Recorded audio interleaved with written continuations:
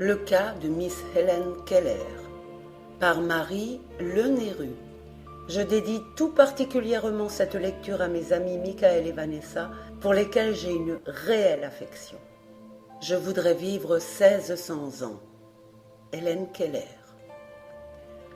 L'Amérique est riche en jeunes filles, mais il n'y a pas que la manière d'Alice Roosevelt et de Gladys Vanderbilt. L'une d'elles, qui n'est ni milliardaire ni beauty, bien qu'elle soit charmante, possède une notoriété si encombrante qu'elle est obligée de faire imprimer qu'elle ne peut pas répondre à ses lettres. Des compatriotes inconnus lui annoncent qu'un bateau portera son nom. Sa Majesté, la reine douairière d'Espagne, lui envoya son portrait en médaillon et, de célébrité à célébrité, elle fut en relation avec des artistes et des écrivains.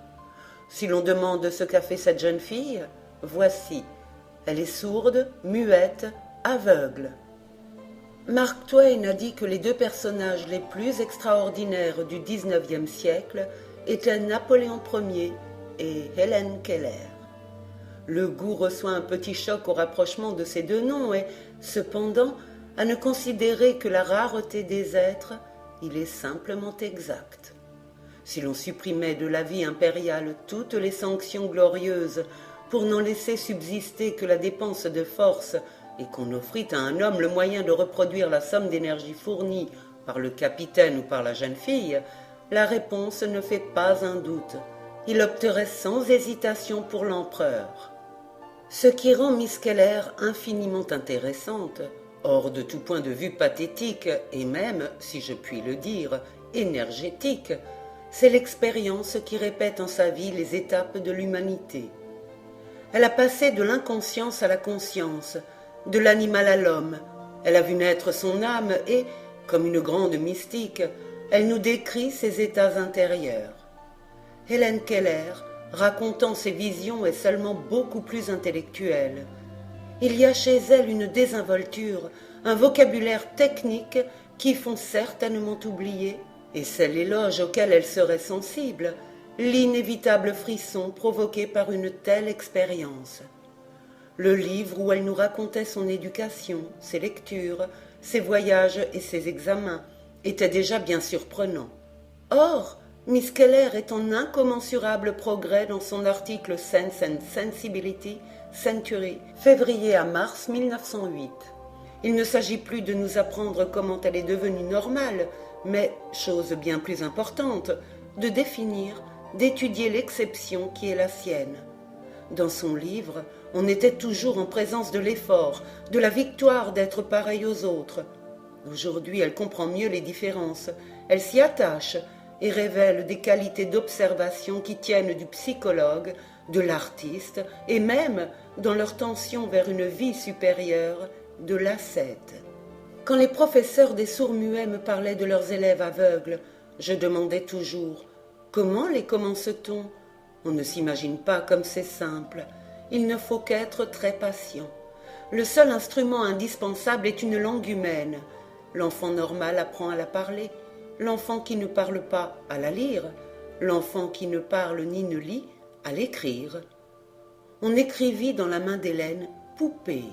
Le professeur se sert de l'alphabet manuel. L'élève pose légèrement la main sur la sienne pour ne pas gêner les mouvements. On lui donna sa poupée et puis d'autres poupées, et toujours on écrivait les mêmes lettres. On lui apprit à les épeler elle-même. Elle imita d'abord, et quelques semaines après comprit le rapport des mots aux choses. Elle a pu distinguer l'heure précise de ce qu'on appellerait sa conversion à l'intelligence. Comme elle confondait toujours gobelet et eau, on dut lui mettre la main sous une fontaine. Tandis que je goûtais la sensation de cette eau fraîche, Miss Sullivan traça dans ma main restée libre le mot « eau », d'abord lentement, puis plus vite. Je restais immobile, toute mon attention concentrée sur les mouvements de ses doigts. Soudain, il me vint un souvenir imprécis comme de quelque chose depuis longtemps oublié et, d'un seul coup, le mystère du langage me fut révélé. Je quittai le puits, avide d'apprendre. Toute chose avait un nom, et tout nom provoquait une pensée nouvelle. En retournant à la maison, Tous les objets que je touchais me semblaient frissonner de vie. Et bien que la mélancolie soit délibérément absente de cette autobiographie, Miss Keller remarque, chose qui ne m'était pas encore arrivée, je m'endormis impatiente du lendemain. Bien qu'Hélène ne semble pas avoir eu, comme nos sourds muets des établissements religieux, la grande épreuve du catéchisme à traverser pour l'enseignement des mots abstraits, il fallut d'heureuses trouvailles. C'est un jour qu'elle enfilait des perles, 2 grosses, 3 petites, et réfléchissait au moyen de réparer une faute, que Miss Sullivan mit un doigt sur son front et lui dit « Pensez ». La traduction de « J'aime Hélène » fut diabolique. Le professeur avait beau indiquer le cœur et dire « Cela se passe ici », la théorie viscérienne de l'affection restait incompréhensible pour l'élève. Cela ne se touchait pas, et comme elles avaient des violettes et qu'il faisait chaud, Hélène demandait si c'était le soleil ou l'odeur. C'est en lui expliquant ce qu'elle éprouvait pour le jeu qu'on fit pénétrer cette petite sauvage dans le domaine du sentiment. La méthode était naturellement de soumettre l'élève au plus grand nombre d'expériences possibles. Il fallait toucher à tout, comme elle en recevra l'autorisation à Chicago du président de l'exposition. Miss Keller est montée sur des échelles pour toucher les statues. Elle a tenu toutes les fleurs dans ses mains, caressé toutes les bêtes, sans excepter les fauves des ménageries. Elle a pu toucher les costumes et les visages d'Irving et d'Ellen Terry après une représentation. Jefferson est venu jouer pour elle dans un salon. La jeune fille mimait d'après les retouches de l'acteur. Miss Keller lit le français, l'allemand, le latin, le grec. Elle a composé en algèbre et en toutes ces langues avec sa machine à écrire. Elle a étudié la géométrie au moyen d'un dispositif ingénieux de fil de fer sur un coussin, car elle est entrée à Radcliffe College après des examens pour lesquels ses livres gaufrés arrivaient toujours trop tard, et quand, pour l'algèbre, elle avait à se débattre entre les différents brailles dont il fallait encore se faire envoyer la clé. Mais ce qu'elle était la seule à vouloir faire, ce dont tout le monde la décourageait et qui prouva par la suite avoir été le plus précieux, elle apprit à parler avec sa bouche, en lisant au toucher sur les lèvres et la gorge du professeur. Le résultat fut sans doute ce qu'il est pour les sourds-muets, mais il s'agissait bien de se faire comprendre.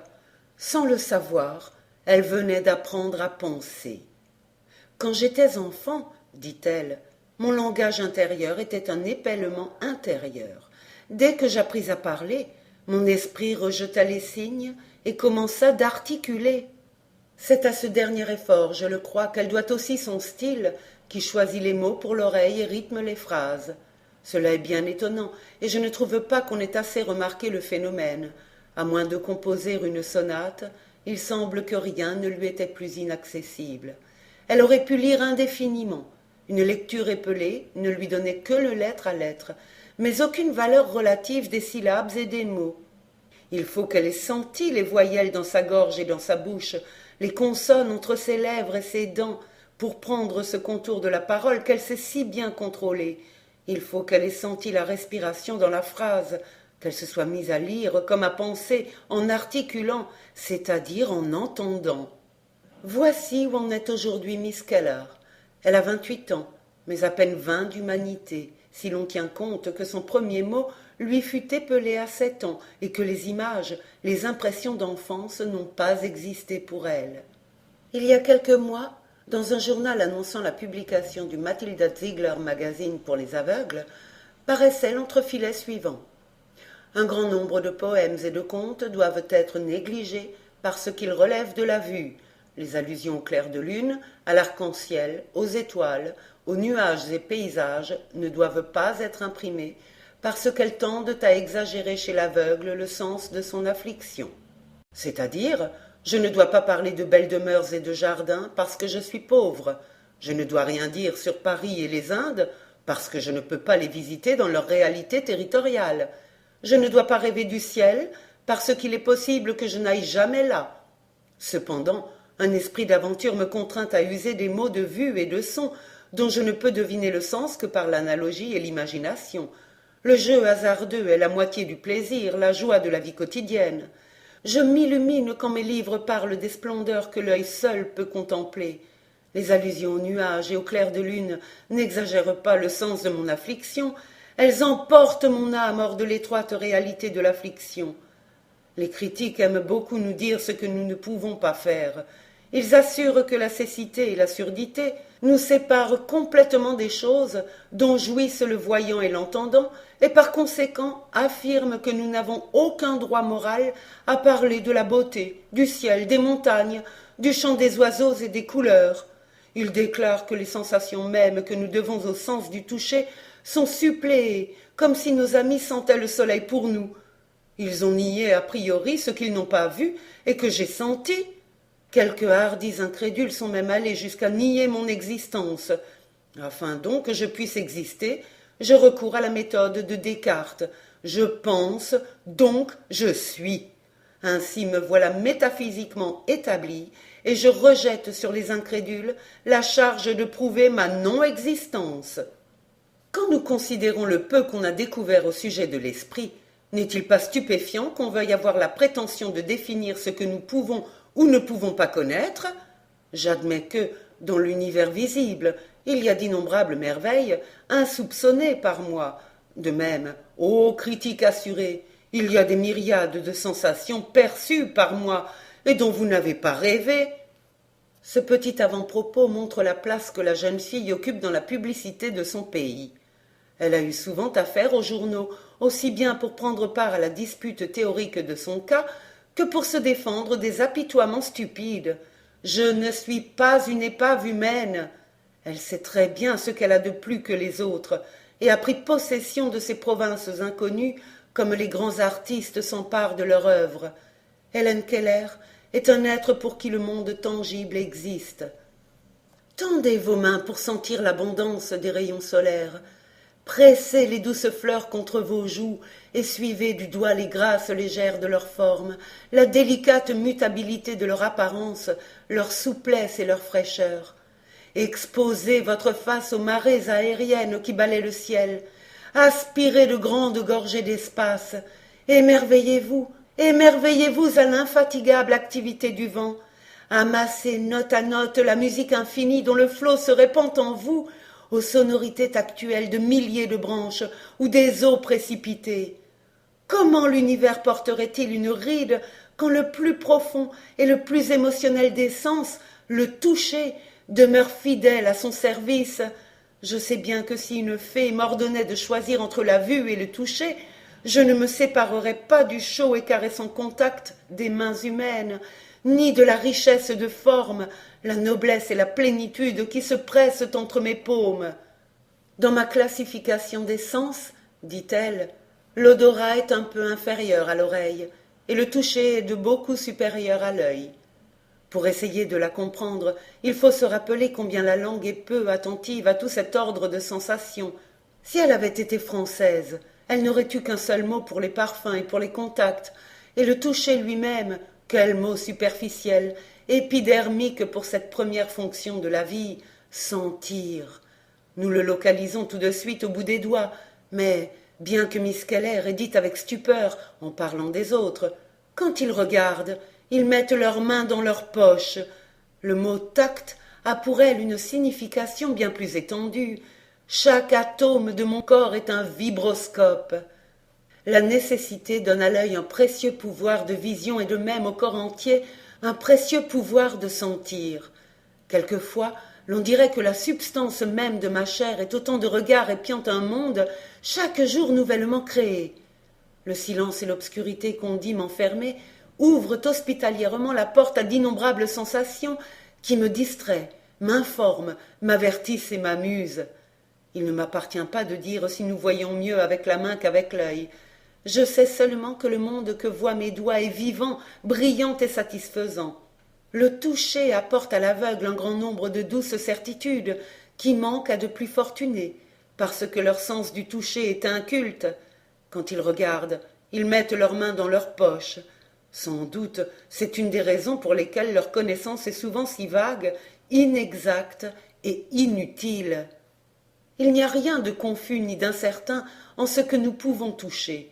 Par le sens du toucher, je connais le visage de mes amis, la variété sans limite des lignes droites et courbes, toutes les surfaces, les accidents de terrain, le délicat façonnage des fleurs, les mille formes des arbres et la course des vents puissants.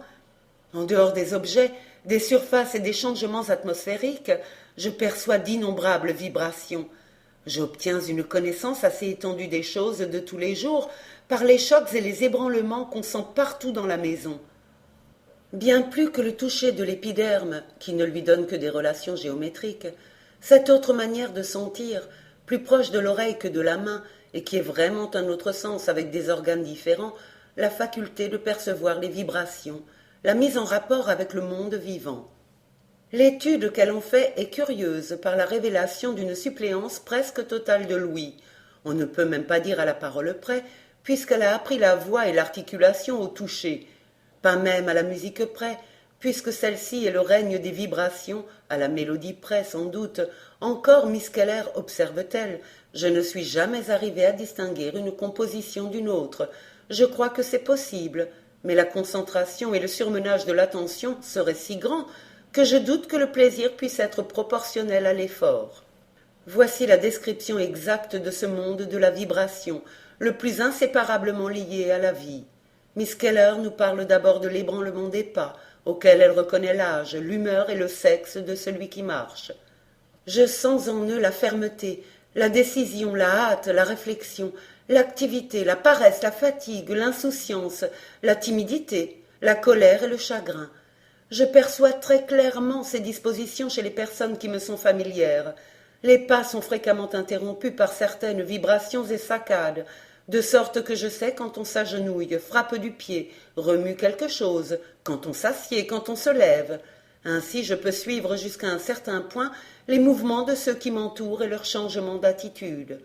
À l'instant, un léger, un confus piétinement de pieds nus et ouatés m'apprend que mon chien a sauté sur la chaise pour regarder à la fenêtre, ce que je ne lui permets pas sans investigation, car, à l'occasion, il m'arrive de sentir le même mouvement, et je le trouve non sur la chaise, mais frauduleusement sur le sofa. Quand un menuisier travaille dans la maison ou dans la ferme à côté, je sais par la vibration dentelée, oblique, de haut en bas, la résonnante percussion des coups sur les coups, qu'il emploie la scie ou le marteau. Si je suis assez rapproché, une certaine vibration promenée le long d'une surface de bois m'instruit de fait qu'il est en train de raboter. Un léger froissement sur le tapis m'apprend qu'un courant d'air a fait envoler mes papiers. Un coup net est le signal qu'un crayon a roulé par terre. Si un livre tombe, il rend un flaquement plat. Le rappel d'un bâton sur la balustrade annonce que le dîner est servi. La plupart de ces vibrations sont oblitérées en plein air. Sur une pelouse ou sur une route, je sens seulement une course, un pas lourd et le passage des roues. En plaçant ma main sur les lèvres et la gorge d'une personne, je me rends compte de bien des vibrations spécifiques et je les interprète. Le rire étouffé d'un petit garçon, le « eh » de surprise d'un homme, le « de l'ennui ou de la perplexité, un gémissement de douleur, un cri, un murmure, un sanglot, une suffocation, un halètement. Les cris des animaux, bien que sans parole, sont éloquents pour moi. Le ronron du chat, son miaulement, son crachement de colère, saccadé, agressif, l'aboiement avertisseur d'un chien, ou sa joyeuse bienvenue, son hurlement de douleur ou son ronflement satisfait. Le meuglement d'une vache et le jacassement d'un singe, le hennissement d'un cheval, le rugissement du lion et le terrible grondement du tigre. Peut-être devrais-je ajouter, pour le bénéfice des critiques et des incrédules qui pourraient parcourir cet essai, qu'avec ma propre main j'ai senti tous ces sons. De mon enfance à l'heure actuelle, j'ai saisi toutes les occasions de visiter les jardins zoologiques, les ménageries et les cirques, et tous les animaux, excepté le tigre, ont parlé dans ma main. Je n'ai touché le tigre que dans un muséum où il est aussi inoffensif qu'un agneau. Je l'ai cependant entendu rugir royalement comme une cataracte sur des rocs. Pour continuer, je connais aussi le plop d'un liquide dans un vase. Donc, si je renverse mon lait, je n'ai pas l'excuse de l'ignorance. Je suis aussi familière avec l'éclatement d'un bouchon, le pétillement d'une flamme, le tic-tac de la pendule, le branle métallique d'un moulin à vent, l'élévation laborieuse et la chute de la pompe, le jet volumineux de la pompe à incendie, le coup illusoire du vent à la porte et à la fenêtre, le fracas du tonnerre et bien d'autres vibrations impossibles à énumérer. Ces avertissements, ces repères dans le monde sensible ne lui furent pas seulement des renseignements au jour le jour. Il a fallu faire reposer là-dessus toute une éducation, se construire avec ces riens une représentation de la vie. Je me suis tenue près d'un pont en voie de construction et j'ai senti le fracas tactuel, le retentissement des lourdes masses de pierre, la chute de la terre éboulée, la rumeur des machines, le bruit mat des charrettes debout, les triples coups des marteaux de forge. J'ai pu sentir les pots à feu, le goudron, le ciment. Ainsi j'ai une idée très vive des grands travaux dans la pierre et l'acier, et je crois être au courant de tous les bruits infernaux qui peuvent être réalisés par l'homme ou par la machine. La chute des corps tombant lourdement, l'éclat soudain, déchirant, des bûches confants, le brisement cristallin de la glace pilée, le craquement d'un arbre précipité à terre par un ouragan, l'incompréhensible et persistant chaos de bruit d'un train de marchandises qu'on aiguille, l'explosion du gaz, les roches qui sautent et le grincement terrifiant du roc sur le roc qui précède l'écroulement. Toutes ces choses sont tombées sous l'expérience de mon toucher et contribuent à ma notion de bedlam, d'une bataille, d'une trombe, d'un tremblement de terre et de toute autre énorme accumulation de bruit. Le toucher me met en contact avec le trafic et l'activité multiple de la ville, sans parler du mouvement et de l'encombrement de la foule, des indescriptibles grincements et hurlements électriques de la rue. Je suis consciente des exhalaisons émanant de différentes boutiques, des automobiles, camions, chevaux, éventaires de fruits et des nombreuses variétés de fumée. La cité est intéressante, mais le silence actuel de la campagne est toujours le bienvenu après le fracas de la ville et les irritantes secousses du train. Combien silencieuses et sans trouble sont les destructions, les réparations et les altérations de la nature, avec nul bruit de marteau ou de scie, ou de pierre séparée de la pierre, mais avec une musique de bruissements et de chutes mûres sur le gazon, viennent à terre les feuilles et les fruits que le vent chasse des branches. Silencieusement tout tombe, tout se fane, tout est reversé à la terre afin qu'elle puisse recréer. Tout dort, tandis que les architectes actifs du jour et de la nuit accomplissent ailleurs leur silencieux travail. Même sérénité quand tout à coup le sol cède à la lumière une création nouvellement élaborée. Mais cette remarquable suppléance fait totalement défaut pour un autre organe. La vue est la fonction la plus isolée vers laquelle il n'y a pas de degré dans notre sensibilité. Avec une intuition merveilleuse, elle a découvert que les phénomènes intellectuels lui fourniraient encore la meilleure analogie, en tenant compte cependant de certaines données apportées par l'odorat. Les sensations du toucher sont permanentes et définies. Les odeurs varient et sont fugitives. Elles changent de nuance, de degré et de place. Il y a quelque chose encore dans une odeur qui me donne une impression de distance, je dirais d'horizon, la ligne où l'odeur et l'imagination se rencontrent à l'extrême limite de l'odorat. L'odorat me renseigne plus que le toucher et le goût sur la manière dont l'ouïe et la vue s'acquittent probablement de leurs fonctions. Le toucher semble résider dans l'objet touché, parce qu'il y a contact de surface. Dans l'odorat, il n'y a aucune notion d'intermédiaire et l'odeur semble résider non dans l'objet senti, mais dans l'organe.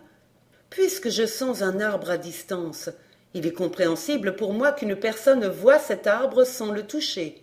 Je ne suis pas intriguée par le fait qu'elle en reçoit l'image sur sa rétine, sans intermédiaire, puisque mon odorat perçoit l'arbre comme une sphère impalpable, sans plénitude ou contenu. En elle-même, les odeurs ne suggèrent rien. Je dois apprendre par association à juger par elles de la distance, du lieu et des actes ou du voisinage qui en sont les habituelles occasions, précisément comme on m'a dit de juger de la couleur, la lumière et le son. Nous avons dit que ce sont les phénomènes mentaux auxquels elles demandent ces meilleures analogies de la vision. En simple hypothèse, il y a des correspondances adéquates pour toutes les choses de la vie, pour la chaîne entière des phénomènes. L'éclair de la pensée m'explique la soudaineté de l'éclair et le passage d'une comète à travers le ciel. Mon ciel mental m'ouvre les vastes espaces célestes et je procède à les remplir avec les images de mes étoiles spirituelles. Je reconnais la vérité par la clarté et la direction qu'elle donne à ma pensée et, sachant ce qu'est la clarté, Je peux imaginer ce que la lumière est à l'œil. Ce n'est pas une convention du langage, mais un impérieux sentiment de la réalité, qui parfois me fait tressaillir quand je dis « Oh, je vois ma faute » ou « Comme sa vie est sombre et sans joie ». Je connais ces métaphores, cependant je dois m'en servir, puisqu'il n'y a rien dans notre langue pour les remplacer. Des métaphores sourdes aveugles pour y correspondre n'existent pas et ne sont pas nécessaires, parce que je peux comprendre le mot reflet figurativement. Un miroir ne m'a jamais intrigué. La manière dont mon imagination perçoit les choses absentes me permet de voir comment les vers grossissent les choses, les rapprochent ou les éloignent. Refusez-moi cette correspondance, ce sens interne, confinez-moi au monde du toucher incohérent, fragmentaire, et je suis une chauve-souris qui va et vient sur le vent. Supposez que j'omette les mots de vue, oui, couleur, lumière, paysage, les 1000 phénomènes, instruments et beautés qui leur sont attachés. Je souffrirais une grande diminution de la surprise et du plaisir en atteignant la connaissance. En outre, perte plus terrible, mes émotions seraient émoussées, et je ne pourrais pas être en contact avec les choses invisibles. Un fait s'est-il élevé pour démentir l'adéquacité de ces correspondances? Y a-t-il une cellule d'un cerveau d'aveugle qu'on ait ouverte et trouvée vide? Y a-t-il un psychologue qui ait exploré l'esprit du non-voyant et qui puisse dire « Il n'y a pas de sensation ici » N'est-ce pas l'admirable justification des poètes que cette connaissance du réel suppléée par la métaphore? Et Miss Keller qui, je le crois bien, n'a pas lu Baudelaire, fait-elle autre chose que répéter, et jusqu'au titre même, le mystérieux sonnet des correspondances? Comme de longs échos qui de loin se confondent dans une ténébreuse et profonde unité, vaste comme la nuit et comme la clarté, les parfums, les couleurs et les sons se répondent. En étrangère à qui la langue a ménagé des surprises que nous ignorons, elle trouve même que nous l'avons trop admis, et qu'avant elle nous en sommes arrivés à la confusion des sens. Non seulement les sens nous trompent, mais les habitudes de notre langue indiquent que les gens qui possèdent 5 sens trouvent difficile de garder leurs fonctions distinctes. Je dois croire qu'on entend des points de vue, qu'on voit des tons, qu'on goûte la musique. On me dit que les voix ont une couleur. Le tact, que j'avais supposé être une affaire de perception délicate, devient une affaire de goût. À juger par le large emploi du mot, le goût paraît être le plus important de tous les sens. Le goût règne sur les grandes et les petites conventions de la vie. Certainement, le langage des sens est plein de contradictions et mes semblables, qui ont 5 portes à leur maison, ne sont pas plus chez eux en eux-mêmes que je ne le suis. Alors, ne peut-on pas m'excuser si ce compte rendu de mes sensations manque de précision? Il ne faut pas oublier qu'elles possèdent autre chose que les vibrations, si infimes que nous paraissent l'odorat, si indigentes en apport humain. Tout prend ici la valeur spéciale des moindres indices pour un enquêteur passionné. Les sens, dit-elle, s'entraident et se renforcent l'un l'autre, à tel point que je ne sais pas lequel du toucher ou de l'odorat me renseigne davantage sur le monde. Partout la rivière du toucher est rejointe par les ruisseaux des perceptions de l'odorat. Miss Keller trouve difficile de parler avec dignité et vérité de l'odorat. Il n'occupe pas, trouve-t-elle, parmi les sens, la haute situation qui lui serait due. Il y a quelque chose de l'ange tombé dans son cas. Dans mon expérience, dit-elle, l'odorat est fort important, et je trouve les plus hautes autorités en faveur de la noblesse d'un sens que nous avons négligé et déconsidéré. Il est écrit que le Seigneur commanda que l'encens soit continuellement brûlé devant lui avec une odeur agréable. Je doute qu'il y ait une sensation naissant de la vue plus délicieuse que les odeurs qui filtrent à travers des branches chauffées du soleil et agitées par le vent, où la marée des parfums qui s'enflent, se calme, s'élève encore, onde à onde, remplissant le vaste monde d'une invisible odeur. Une bouffée de l'univers nous fait rêver des mondes que nous n'avons jamais vus, nous rappeler en un éclair des époques entières de notre plus chère expérience. Après quelques notations du parfum des saisons auxquelles nous sommes entraînés, grâce à l'observation lyrique d'une toute moderne littérature, Hélène Keller revient à son point de vue plus psychologique de l'odorat, sens informateur. Je sais par l'odorat dans quelle maison je pénètre. J'ai reconnu une maison de campagne à l'ancienne mode parce qu'elle possède plusieurs couches d'odeurs, laissées par une succession de familles, de plantes, de parfums et de draperies. Dans le calme du soir, il y a moins de vibrations que pendant le jour, ainsi je dépends davantage de l'odorat. Le relent sulfurique d'une allumette me dit qu'on allume les lampes. Plus tard, je note une défaillante traînée d'odeurs qui flotte encore et disparaît. C'est le signal du couvre-feu. On éteint les lampes pour la nuit. Au dehors, je suis averti par le toucher et l'odorat du terrain sur lequel nous marchons et des lieux par où nous passons. Quelquefois, quand il n'y a pas de vent, les odeurs sont groupées de telle sorte que je reconnais le caractère du pays. Je peux situer une haie, une grange, une ferme dont les fenêtres sont ouvertes, un bouquet de pins. Je n'ai pas, à la vérité, le flair infaillible du lévrier ou de l'animal sauvage. Néanmoins, les odeurs humaines sont aussi variées et capables d'être reconnues que les mains et les visages. Le cher parfum de ce que j'aime est si défini, si impossible à confondre, que rien ne peut l'abolir complètement. Si des années se passaient avant que je puisse revoir un ami intime, je crois que je reconnaîtrais instantanément son parfum, au cœur même de l'Afrique, aussi rapidement que le ferait mon frère qui aboie.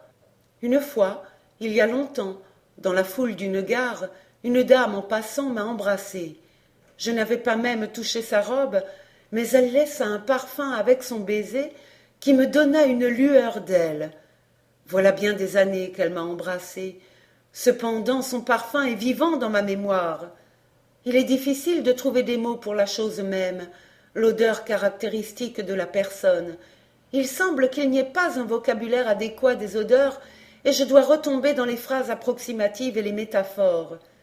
Certaines personnes ont une vague odeur insubstantielle, qui flotte autour d'elles, trompant tous les efforts pour l'identifier. C'est le feu follet de mon expérience olfactive. Quelquefois, j'en rencontre à qui fait défaut une distinctive odeur personnelle, et je trouve rarement de telles personnes amusantes ou intéressantes.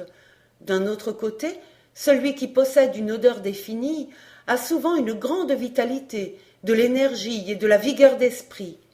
Les exhalaisons masculines sont en général plus fortes, plus vives, moins largement différenciées que celles des femmes. Dans l'odeur des jeunes gens, il y a quelque chose d'élémental, comme le feu, l'orage, la mer salée. Elle a une pulsation de gaieté et de désir. Elle suggère toutes les choses fortes, belles et joyeuses, et me donne un sens de bonheur physique. Je me demande si les autres observent que tous les petits enfants ont la même odeur pure, simple, indéchiffrable, comme leur dormante personnalité. Ce n'est que vers l'âge de 6 ou 7 ans qu'ils commencent à avoir une perceptible odeur individuelle. Elle se développe et atteint sa maturité avec leurs forces mentales et physiques. Ce que j'ai écrit au sujet des odeurs, particulièrement des odeurs personnelles, sera peut-être regardé comme le sentiment anormal de qui ne peut avoir idée du monde de réalité et de beauté perçu par l'œil.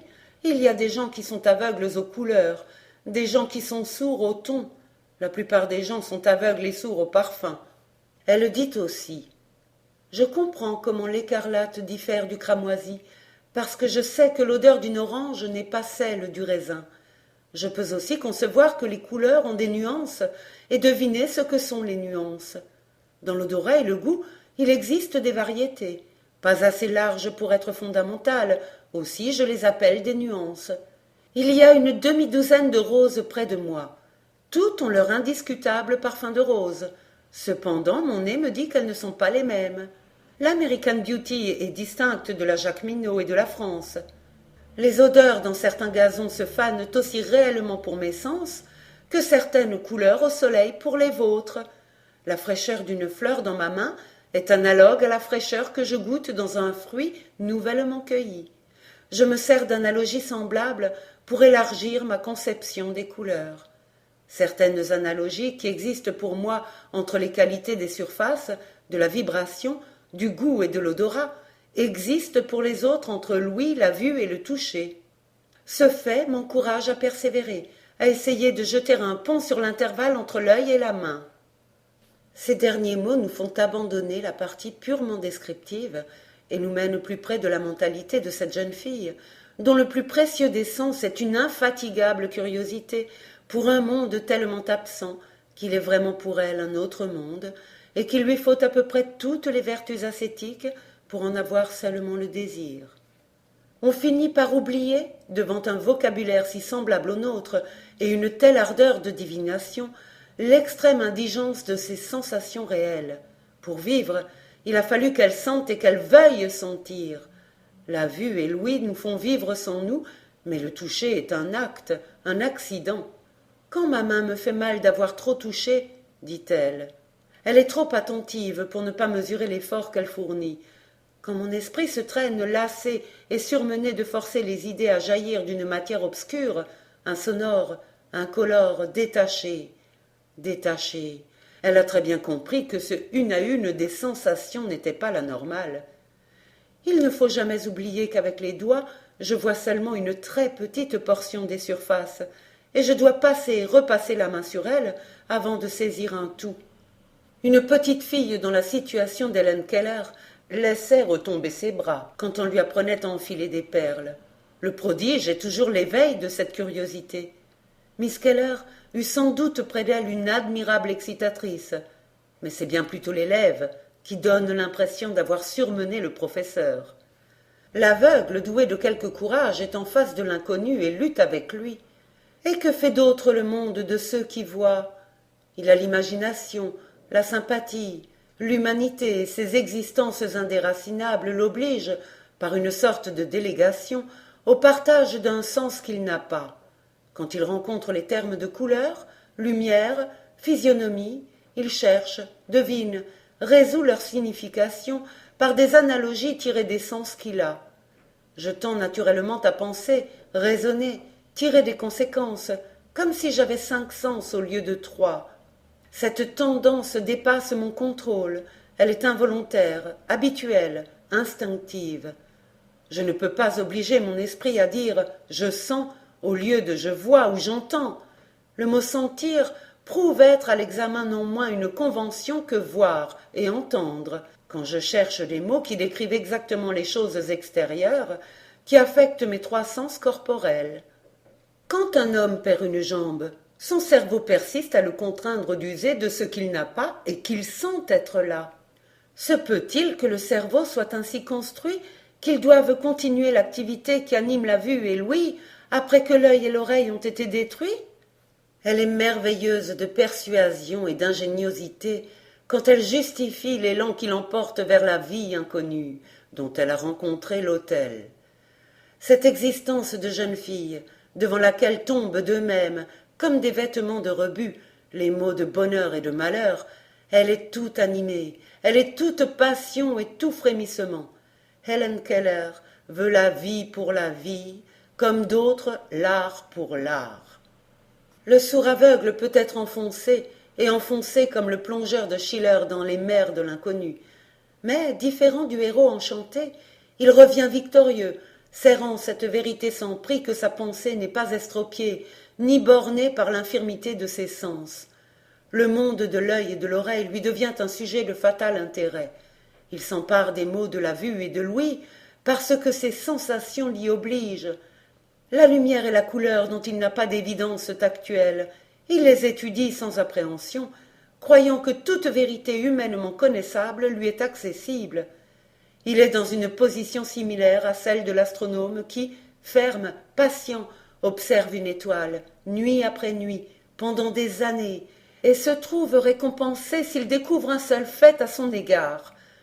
Le sourd aveugle aux ordinaires choses extérieures et le sourd aveugle à l'incommensurable univers sont tous deux limités par le temps et l'espace, mais ils ont fait un pacte pour se faire servir de leur limitation. La masse des connaissances humaines est une imaginaire construction. L'histoire n'est qu'un mode de l'imagination, une manière de voir les civilisations qui, depuis longtemps, n'apparaissent plus sur la terre. Quelques-unes des découvertes les plus significatives de la science moderne doivent leur origine à l'imagination d'hommes qui n'avaient ni les connaissances exactes, ni les instruments appropriés pour démontrer leurs convictions. Si l'astronomie n'avait pas toujours pris les devants sur le télescope, Personne n'aurait jamais pensé qu'il valût la peine de construire un télescope. Quelle grande invention n'a pas existé dans la pensée de l'inventeur, longtemps avant qu'il lui donnât une forme tangible? Un plus magnifique exemple de la connaissance imaginative est l'unité sur laquelle les philosophes basent leur étude de l'univers. Il leur est impossible de percevoir le monde dans sa totale réalité. Cependant, leur imagination, avec son compte ouvert à l'erreur, son pouvoir de traiter l'incertain comme négligeable, a montré la voie à la connaissance empirique. Dans leurs moments de plus haute création, le grand poète, le grand musicien cessent d'user des grossiers instruments de la vue et de l'ouïe.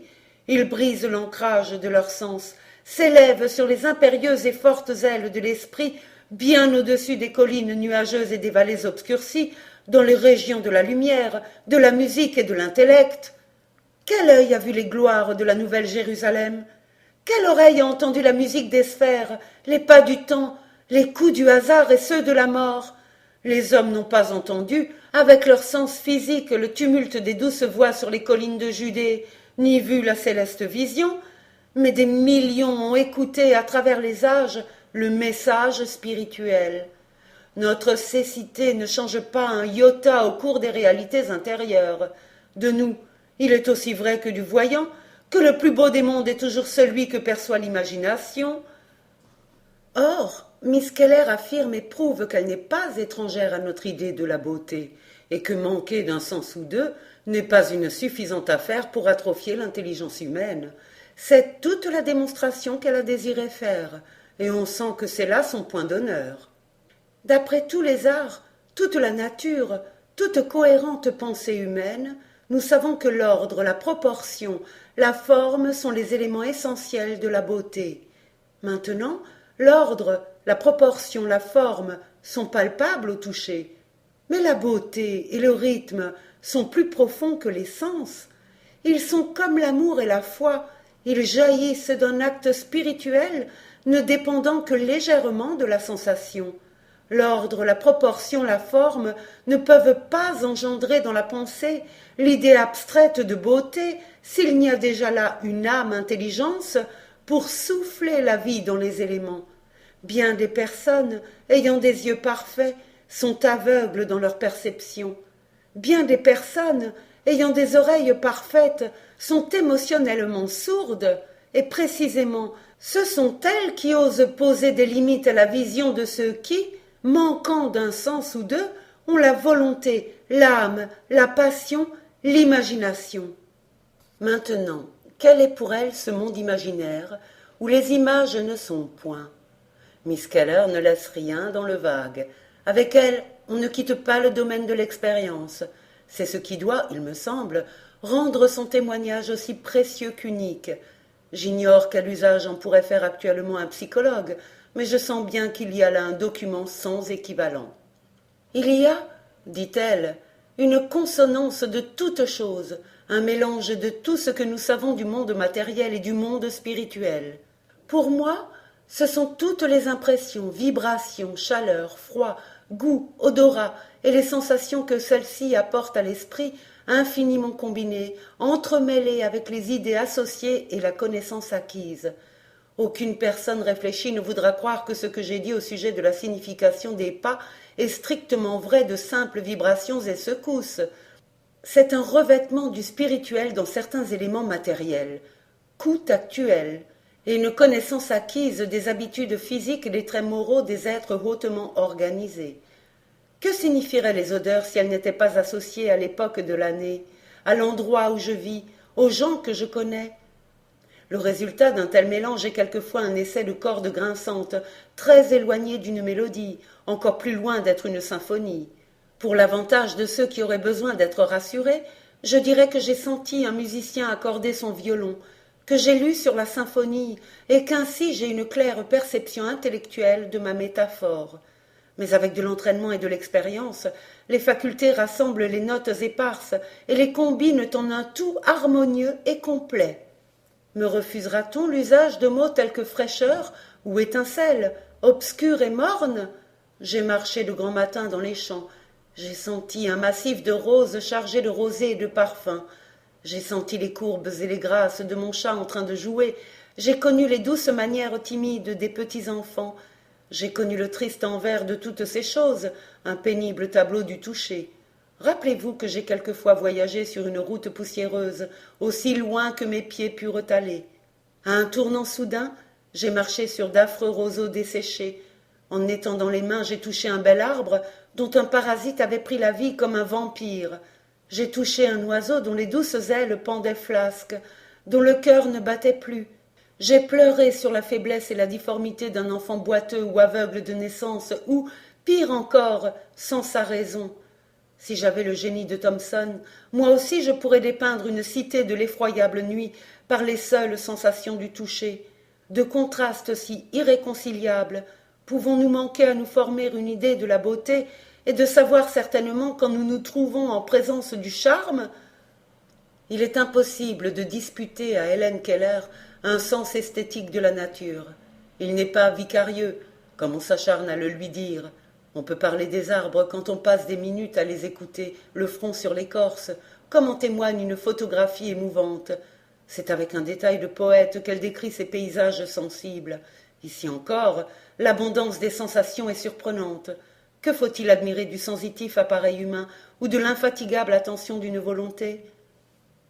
Les 1000 douces voix de la terre ont réellement trouvé leur chemin vers moi. Le petit bruissement des touffes de gazon, le froissement soyeux des feuilles, le bourdonnement des insectes, le ronflement d'une abeille dans une fleur que j'ai cueillie, le battement d'ailes d'un oiseau après son bain et la fine vibration sur les galets de l'eau qui se rident et courent. Les ayant une fois sentis, ces voix aimées bourdonnent, murmurent, frissonnent et vibrent pour toujours dans ma pensée, une part d'heureux souvenirs qui ne meurt point. Entre mes expériences et celles des autres, il n'y a pas un gouffre de muet espace que je ne puisse franchir, car j'ai des contacts infiniment variés et instructifs avec le monde, avec la vie, avec l'atmosphère dont la radiante activité nous enserre tous. La pénétrante énergie de l'air qui enferme tout est chaude et enivrante. Les ondes de chaleur et les ondes de son jouent sur mon visage dans une variété des combinaisons infinies, de telle sorte que je puis soupçonner ce que peuvent être les myriades de sons que mes oreilles insensibles n'ont pas entendus. Parlant alors des poètes aveugles, tels que Madame Bertha Galeron et Monsieur Clarence Hawkes, Miss Keller explique. Notre idée du ciel est une accumulation d'aperçus du toucher, d'allusions littéraires et d'observations d'autrui, avec un mélange émotionnel du tout. Mon visage ne sent qu'une minime partie de l'atmosphère, mais je vais à travers l'espace continu, et je sens l'air sur chaque point, à chaque instant. On m'a parlé des distances de la Terre au Soleil, aux autres planètes, aux étoiles fixes. Je multiplie 1000 fois les plus grandes hauteurs et largeurs que mon toucher peut atteindre, et j'acquiers ainsi un sentiment profond de l'immensité du ciel. Faites que je me meuve constamment sur l'eau, toujours de l'eau, rien que de l'eau, et vous me donnez la solitude, l'étendue de l'océan qui remplit l'œil. J'ai été en mer sur un petit bateau à voile, pendant que la marée montante le poussait vers le rivage. Ne puis-je comprendre la figure poétique, le vert du printemps submerge la terre comme une marée? J'ai senti la flamme d'une bougie soufflée et agitée dans un courant d'air. Ne puis-je alors dire, des myriades de mouches de feu volent de ci et de là dans l'herbe humide de rosée, comme des lumignon agités?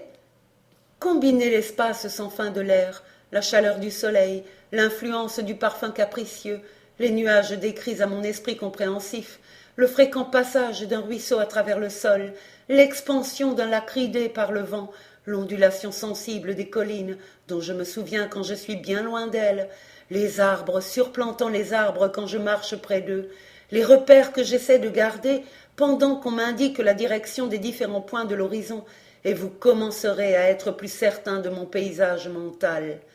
La limite extrême à laquelle ma pensée atteindra clairement est l'horizon de mon esprit. Par cet horizon, j'imagine celui que l'œil distingue. Le toucher ne peut pas franchir la distance, il n'est capable que du contact des surfaces, mais la pensée saute l'abîme. Pour cette raison, il m'est possible d'user des mots qui décrivent les objets éloignés de mes sens. J'ai senti les rondeurs dans la tendre forme de l'enfant. Je peux appliquer cette perception aux paysages et aux collines du lointain. Certainement, Je vais assez loin pour sympathiser avec la jouissance que mes semblables ressentent dans la beauté qu'ils voient et dans l'harmonie qu'ils entendent. Ce lien entre l'humanité et moi vaut la peine d'être maintenu, même si les idées sur lesquelles je me base peuvent être erronées. D'agréables et belles vibrations existent pour mon toucher, bien que pour m'atteindre elles doivent voyager à travers d'autres substances que l'air. Ainsi j'imagine les sons agréables et enchanteurs, et leur arrangement artistique qu'on appelle la musique, et je me rappelle qu'ils voyagent à travers l'air vers l'oreille, apportant des impressions quelque peu semblables aux miennes. Je sais aussi ce que sont les tons, puisqu'ils sont perceptibles actuellement dans la voix. Maintenant, la chaleur varie considérablement dans le soleil, dans le feu, dans les mains, dans la fourrure des animaux. En vérité, il y a pour moi une telle chose qu'un soleil froid. Ainsi, je pense aux variétés de la lumière qui touche l'œil, froides et chaudes, vives et voilées, douces et éclatantes, mais toujours lumière, et j'imagine leur passage à travers l'air vers un sens largement ouvert au lieu d'un sens étroit comme le toucher. De l'expérience que m'ont donnée les voix, je devine comment l'œil distingue les ombres parmi la lumière. Pendant que je lis les lèvres d'une femme dont la voix est un soprano, je note un son bas ou joyeux parmi la voix haute et déployée. Quand je sens mes joues chaudes, je sais qu'elles sont rouges. J'ai tellement lu sur les couleurs, j'en ai tellement parlé que, sans aucune intention de ma part, je leur attache un sens, précisément comme tout le monde attache une certaine signification à des termes abstraits, comme espérance, idéalisme, monothéisme, intellect, qui ne peuvent pas être véritablement représentés par des objets visibles, mais qui sont compris par des analogies entre les concepts immatériels et les idées qu'ils éveillent des choses externes. La force de l'association m'entraîne à dire que le blanc est pur, exalté, le vert exubérant, le rouge suggère l'amour ou la honte ou la force. Sans la couleur ou son équivalent, la vie me serait sombre, aride, un vaste néant.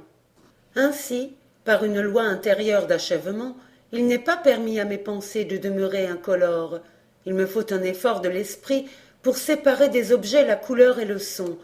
Dès que mon éducation commença, les choses me furent toujours décrites avec leurs couleurs et leurs sons, par quelqu'un ayant des sens aiguisés et un sentiment raffiné de la signification. Par conséquent, je pense habituellement aux choses en tant que colorées et sonores. L'habitude compte pour une part, le sens de l'âme compte pour une autre part. Le cerveau, avec sa construction pour 5 sens, affirme son droit et compte pour le reste. Car ce dernier point est la thèse d'Hélène Keller. Elle la défend avec vivacité, non cependant sans une certaine résignation désinvolte à ce qui ne peut être démontré. L'enfant aveugle, dit-elle, l'enfant sourd aveugle a hérité de l'esprit d'ancêtres voyants et entendants, un esprit fait à la mesure de 5 sens. Donc il doit être influencé, que ce soit même à son insu par la lumière, la couleur, le son transmis par le langage qu'on lui enseigne, car les cellules du cerveau sont prêtes à recevoir ce langage. Le cerveau de la race est tellement imprégné de couleurs qu'il teinte même le langage de l'aveugle. Chaque objet auquel je pense est teint de la nuance qui lui appartient par l'association et la mémoire. L'expérience du sourd aveugle, dans un monde de voyants et d'entendants, est pareille à celle du matelot dans une île dont les habitants parlent une langue qui lui est inconnue, dont la vie n'est pas celle qu'il a vécue. Il est un, ils sont plusieurs, il n'y a nulle chance de compromis. Il doit apprendre à voir avec leurs yeux, à entendre avec leurs oreilles, à penser avec leurs pensées, à suivre leurs idéaux. Si l'obscur monde silencieux qui l'entoure était essentiellement différent du monde sonore, éclairé du soleil, il serait incompréhensible à ses pareils et ne pourrait jamais être discuté. Si ses sentiments et sensations étaient fondamentalement différents de ceux des autres, il serait inconcevable, excepté à ceux qui auraient des sensations et des sentiments similaires. Si la conscience mentale du sourd aveugle était absolument différente de celle de ses semblables, il n'aurait aucun moyen d'imaginer ce qu'il pense. Puisque l'esprit de celui qui n'a pas la vue est essentiellement le même que celui du voyant, en cela qu'il n'admet point de lacune, il doit suppléer par quelque sorte d'équivalent pour les sensations physiques manquantes. Il doit percevoir une ressemblance entre les choses extérieures et les choses intérieures, une correspondance entre le vu et le non-vu. Je me sers d'une telle correspondance en bien des cas, et peu importe jusqu'à quel point je l'étends aux choses que je ne peux pas voir, cela ne tombe pas sous l'expérience. Elle achève enfin son analyse. J'ai envie d'écrire son rapport, sur le monde singulier dont elle seule a jamais parlé, et fait cette remarque importante. Ma main a sa part dans la multiple connaissance, mais il ne faut jamais oublier qu'avec les doigts je vois seulement une très petite portion des surfaces, et que je dois passer et repasser la main avant que mon toucher saisisse l'ensemble. Il est encore plus important, cependant, de se souvenir que mon imagination n'est pas enchaînée à certains points, positions et distances. Elle met toutes les parties ensemble, simultanément, comme si elle les voyait ou les savait au lieu de les sentir. Bien que je ne sente à la fois qu'une petite partie de mon cheval est nerveux et ne se soumet pas aux explorations manuelles. Cependant, parce que j'ai bien des fois senti le jarret, les naseaux, le sabot et la crinière, je peux voir les coursiers de Phébus Apollon parcourant le ciel. Avec un tel pouvoir actif, il est impossible que ma pensée demeure vague, indistincte. Elle doit nécessairement être forte, définie. Ceci est réellement un corollaire de la vérité philosophique, que le monde réel existe seulement pour l'intelligence. C'est-à-dire, je ne peux pas toucher le monde en sa totalité. À la vérité, j'en touche moins que les autres n'en voient ou n'en entendent. Mais toutes les créatures, tous les objets passent entiers dans mon cerveau et y occupent la même étendue que dans l'espace matériel. Je déclare que pour moi les pensées ramifiées, sinon les rameaux des pins, ondulent, dominent, bruissent et rendent harmonieuses les crêtes des montagnes s'élevant sommet sur sommet. Si j'ai la velléité de me représenter le monde comme un tout, il devient vision immédiate. Hommes, bêtes, oiseaux, reptiles, mouches, ciel, océan, montagnes, plaines, rocs et galets. La chaleur de la vie, la réalité de la création et surtout la pulsation des mains humaines, la douceur des fourrures, les souples ondulations des longs corps, le piquant bourdonnement de l'insecte, la raideur des escarpements quand je les gravis, la liquide mobilité et le grondement des vagues sur les rochers. Étrange à dire, j'ai beau l'essayer, je ne peux pas astreindre mon toucher à pénétrer cet univers en tous sens. Dès que je le tente, tout s'évanouit. Seuls de petits objets demeurent, d'étroites portions de surface, de simples indications tactiles, un chaos de choses dispersées au hasard. Aucun frisson, aucun plaisir n'en est excité. Rendez à l'artistique et compréhensif sens interne son légitime domaine, et vous me donnez la joie qui, mieux que tout, prouve la réalité. Et pourtant ce monde aujourd'hui si rempli de signification n'aurait pas suffi à l'humaniser. Elle est terrifiante quand elle parle des années qui ont précédé son éducation, non parce que la chose est humainement atroce, elle parle avec douceur de ses souvenirs d'enfance, mais parce que nulle part on est aussi près du mystère spirituel. Jusqu'à 7 ans, elle a été un animal humain avec une main prenante et un cerveau admirablement constitué. Par le toucher, elle avait du monde extérieur, ou du moins de la vie domestique, une représentation suffisante. Elle pleurait et riait, naturellement, paraît-il. Elle jouait et s'amusait. Elle se mettait en colère. Elle affirme qu'elle ne pensait pas. Avant que mon institutrice vînt à moi, je ne savais pas qui je suis. Je vivais dans un monde qui était un non-monde. Je ne peux pas espérer décrire adéquatement ce temps inconscient et conscient de néant. Je ne savais pas que je sus quoi que ce soit, ni que je vivais ou agissais ou désirais. Je n'avais ni volonté, ni intelligence. J'étais emportée vers les objets et les actes par un certain élan naturel, aveugle. J'avais une humeur qui me faisait sentir la colère, la satisfaction, le désir. Ces deux faits conduisaient ceux qui m'entouraient à supposer que je voulais et pensais. Je peux me rappeler tout cela, non parce que je savais que c'était ainsi, mais parce que j'ai la mémoire tactile. Elle me permet de me souvenir que je n'ai jamais contracté mon front dans l'acte de penser. Je ne considérais jamais rien à l'avance, ni ne le choisissais.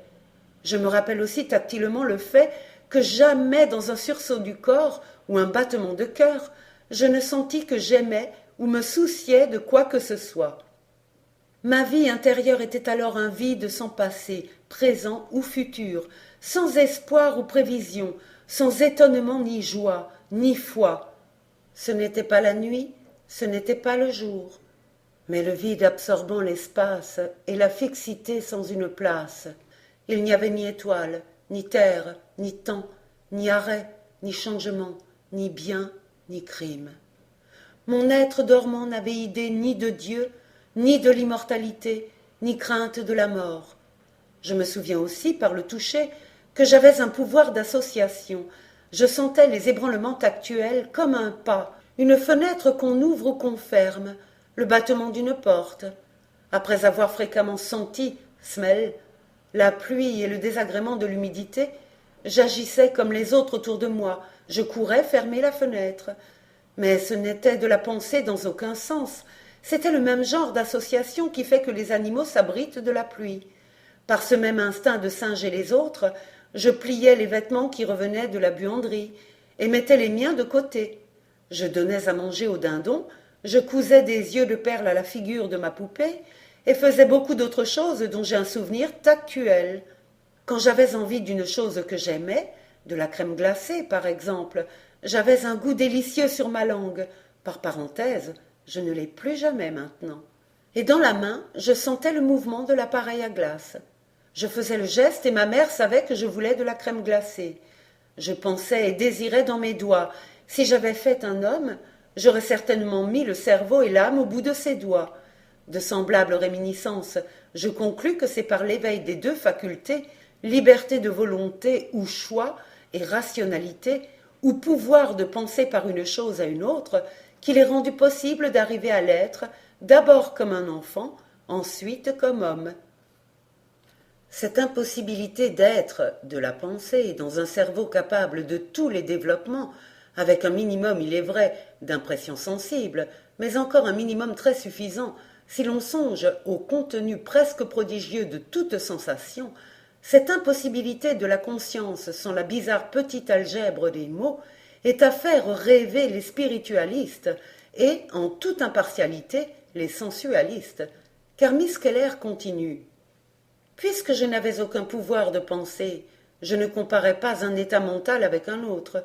Ainsi, je ne fus consciente d'aucun changement ou mouvement se passant dans mon cerveau quand mon professeur commença à m'instruire. Je ressentis simplement une satisfaction intense en obtenant plus facilement ce que je voulais par les mouvements des doigts qu'elle m'enseigna. Je ne pensais qu'aux objets, et seulement aux objets dont j'avais envie. C'était le mouvement du congélateur sur une plus grande échelle. Quand j'appris la signification de « je » et « moi » et découvris que j'étais quelque chose, je commençai à penser. Alors seulement la conscience exista pour moi. Ainsi, ce ne fut pas le sens du toucher qui m'apporta la connaissance. Ce fut l'éveil de mon âme qui, d'abord, rendit à mes sens leur valeur, leur connaissance des objets, noms, qualités et propriétés. La pensée me fit consciente de l'affection, la joie et toutes les émotions. Je fus impatiente de savoir, puis de comprendre, ensuite de réfléchir sur ce que je savais et comprenais, et l'aveugle impétuosité qui m'avait d'abord conduite ici et là, à la dictée de mes sentiments, s'évanouit pour toujours. Je ne peux pas représenter plus clairement que personne autre les graduels et subtils changements des premières impressions aux idées abstraites.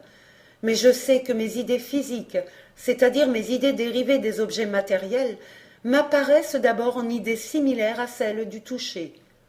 Instantanément, elles passent en signification intellectuelle. Ensuite, la signification trouve son expression dans ce qu'on appelle la parole intérieure.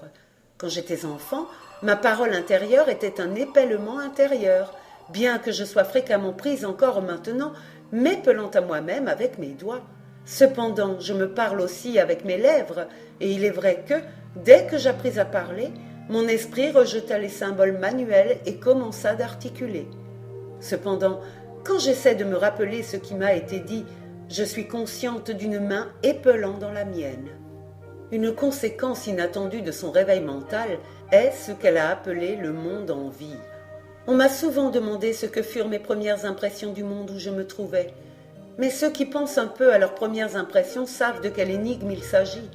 Nos impressions croissent et changent à notre insu.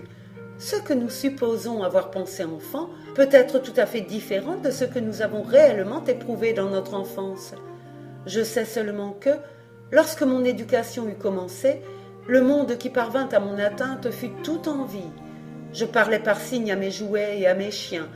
Il se passa des années avant qu'on pût me persuader que mes chiens ne comprenaient pas ce que je disais, et je m'excusais toujours quand je courais ou marchais sur eux. Lorsque mon expérience s'élargit et s'approfondit, les sentiments poétiques et indéterminés de l'enfance commencèrent à se fixer en pensées définies. La nature, le monde que je pouvais toucher, était enveloppé et rempli de moi. J'incline à croire ces philosophes qui déclarent que nous ne connaissons rien que nos sentiments et nos idées. À l'aide de quelques raisonnements ingénieux, on peut voir dans le monde matériel simplement un miroir, une image des sensations mentales permanentes. En toute sphère, la connaissance de soi est la condition et la limite de notre conscience. Chose encore à noter, ce monde vivant, ces choses à qui l'on parle, ne sont que très vaguement humaines, ou du moins les vraies personnes se confondent avec le reste. Elle se reconnaît dans son univers, mais elle y est toute seule. Les autres, en tant que semblables, furent découverts les derniers. Quoi qu'il en soit, j'en vins plus tard à chercher une image de mes émotions et de mes sensations en autrui. Je dus apprendre les signes extérieurs des sentiments, le sursaut de la peur, la tension contenue, maîtrisée de la souffrance. Le battement des muscles heureux dut être perçu et comparé avec ma propre expérience, avant que je puisse les rapporter à l'âme intangible d'un autre. Tâtonnante, incertaine, je découvris enfin mon identité, et après avoir vu mes pensées et mes sentiments répétés en autrui, je construisis graduellement mon monde de l'homme et de Dieu. À mesure que je lis et étudie, je trouve que c'est ainsi que le reste de la race a fait. L'homme regarde d'abord en soi et, avec le temps, il trouve la mesure et le sens de l'univers. Si peu de commentaires sont possibles sur un cas si exceptionnel que je voudrais bien ne pas conclure. Devant les plus beaux tours de force, quelque chose se révolte en nous et même se détourne. Il semble qu'il y ait un prix qu'on ne peut pas mettre aux choses. Je me rappellerai la défense d'Hélène Keller, qui ne laisse pas discuter son effort. C'est le secret vouloir intime qui juge notre destin. Et s'il fallait absolument la justifier près de nos utilitaires, à quoi bon? Voici que je découvre une remarquable raison d'être à cette vie, et comme une excuse à ce que Renan appelait l'immoralité transcendante de la nature. La mission de cette jeune fille, devant tout ce qui parle un peu haut dans le monde, plaintes, gémissements, revendications, est d'apprendre aux autres à se taire.